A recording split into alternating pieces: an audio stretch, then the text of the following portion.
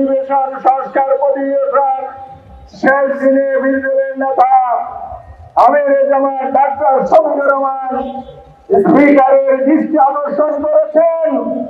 আজকে শেষ দিন কি করবেন বলুন, সমাধান দিতে পারে নাই, সময় কম। আমাদের বার্তা সুস্পষ্ট।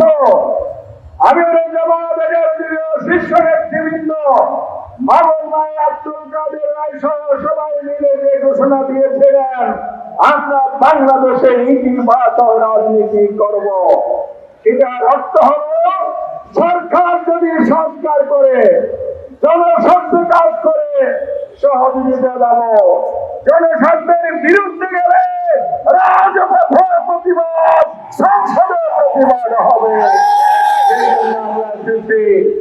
আজকে আরেকটা জঘন্য ঘটনা সংসদে ঘটেছে। গতকাল সংসদে যে অধ্যাদেশ উপস্থাপন করেছে, অন্তর্বর্তীকালীন যে 133টি অধ্যাদেশ অনুমোদন দিয়েছিল, সেখান থেকে 20টি অধ্যাদেশ বাদ দিয়েছে।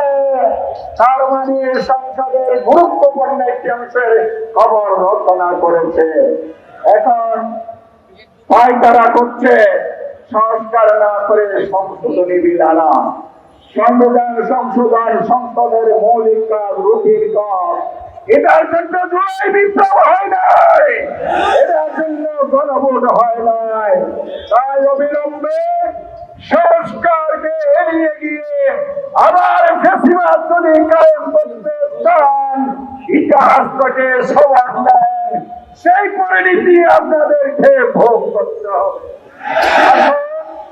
আমরা সবাই মিলে রাজপথে থাকবো, যতক্ষণ দাবি আদায় না হবে, সংস্কার সম্পন্ন পরিপূর্ণভাবে না হবে, ততক্ষণ পর্যন্ত আমরা রাজপথ ছাড়বে না।